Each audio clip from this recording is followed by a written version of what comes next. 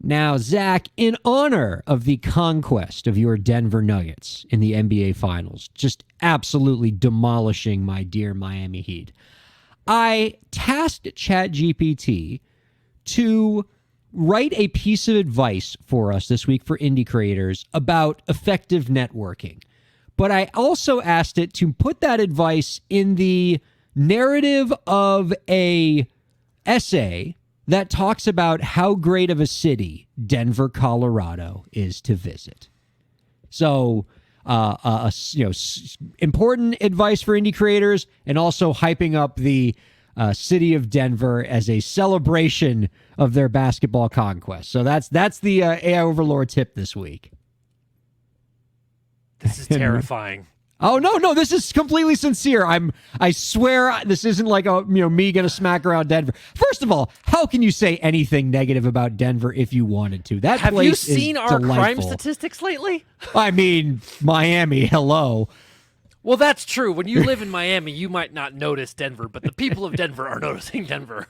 Very good. All right. Well, that won't come up in this love letter to Denver.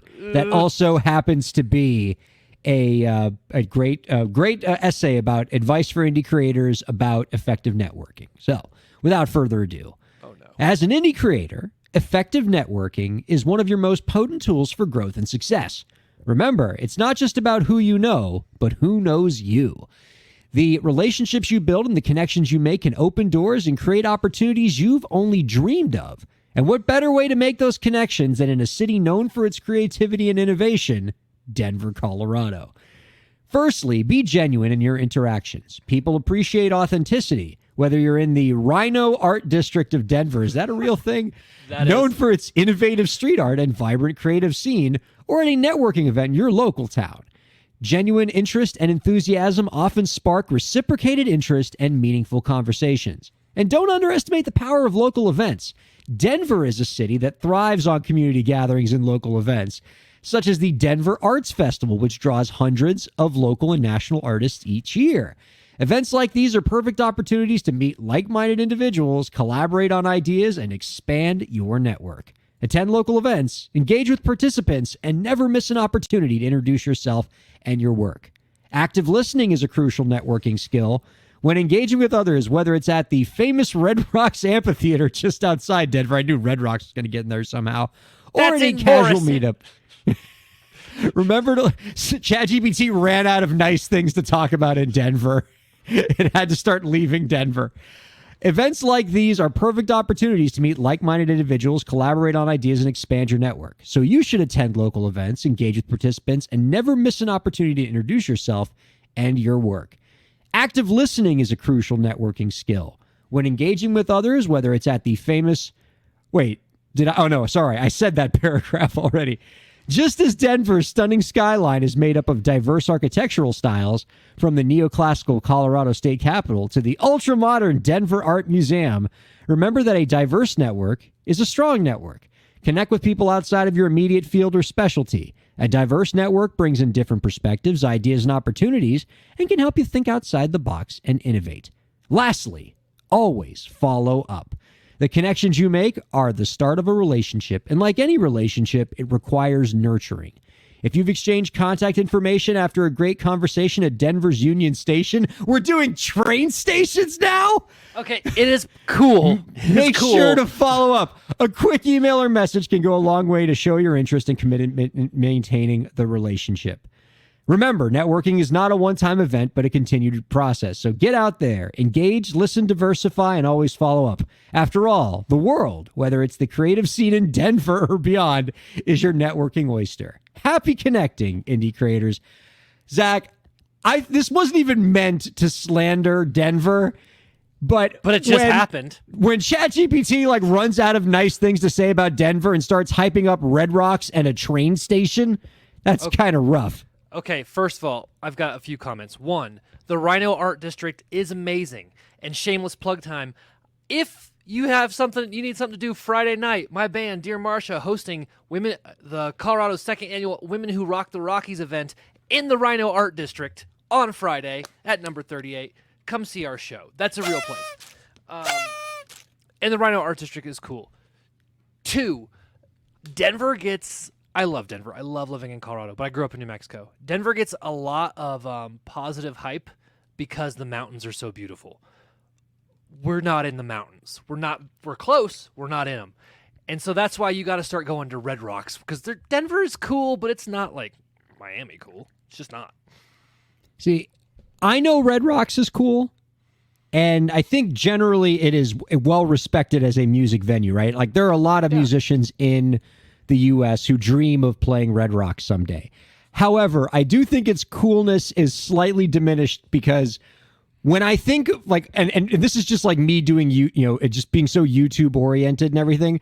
When I close my eyes and think of Red Rocks, the first artist that comes to mind is John Tesh doing the NBA on NBC theme at Red Rocks. And I know that's not fair because Red Rocks has had some of the like coolest, most engaging music acts in the world. But I know I'm not alone in thinking like when you say word association with Red Rocks, dude, a lot of people are going John Tesh. I forgot about that, and then you brought that back into my psyche. It's a great YouTube video. For those of you watching this, listening to this, pause this for a second. Go watch the YouTube video of John Tesh at Red Rocks, where he plays his little answering machine of him humming the Round Ball Rock NBA on NBC theme to himself to remind him later to write the song. And yeah, it's John Tesh. That's delightful. It is cool, but I had forgotten about it. Overall, though, in all seriousness, I think that tip's actually great. And I can point to myself as an example about networking and being a positive thing. That's how I got on this show. Yeah. Is I networked with you for a long time via Twitter and just being a fan of the show and engaging with guests and making sure I followed up with them, and even now randomly following up with some of the people I met through the show just because I really wound up enjoying them.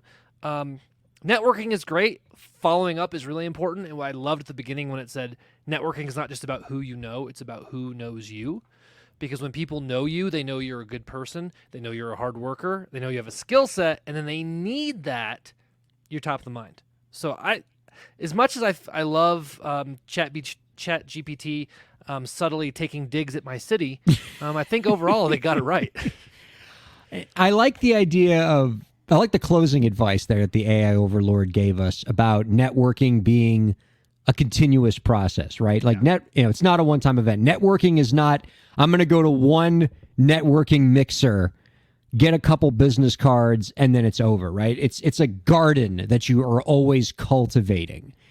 And, even with this podcast, I like to invite guests back, such as Joshua Lastine multiple times, not just because they give great advice each time, but I want to cultivate that, networking. I want to know what this person's up to. I will have people that I've networked with, like, these just grandmaster networkers who just out of the blue, if it's been a few months, they'll reach out and email me and just say, hey, how are things going? I would love to get on a Zoom with you. Not because I have anything particular to discuss and not because, there's anything going on, but I just want to, keep tabs. And I'll almost always take those conversations. Like at first, when I would get those emails, I'd be like, oh, I don't have time for this.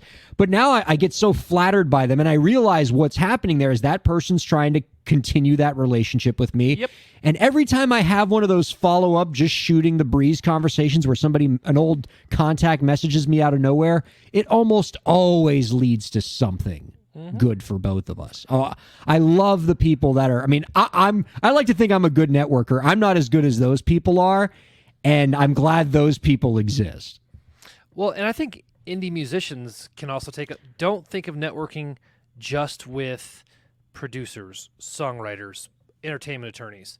Think of your fans, right? Like, there are fans since I joined the band Dear Marcia, and even back when I was running the Zach Sloan band.